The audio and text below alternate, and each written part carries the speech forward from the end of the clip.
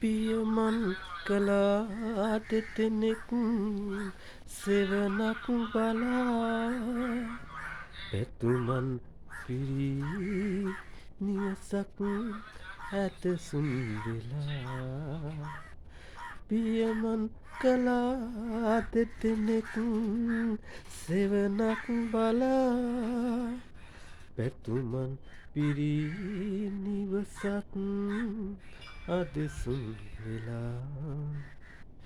සඳ තනි වෙලා හසේ හිරු තනි වෙලා හුතුරා ගැලූ කඟුලක් අද වියලිලා හුතුරා ගැලූ කඟුලක්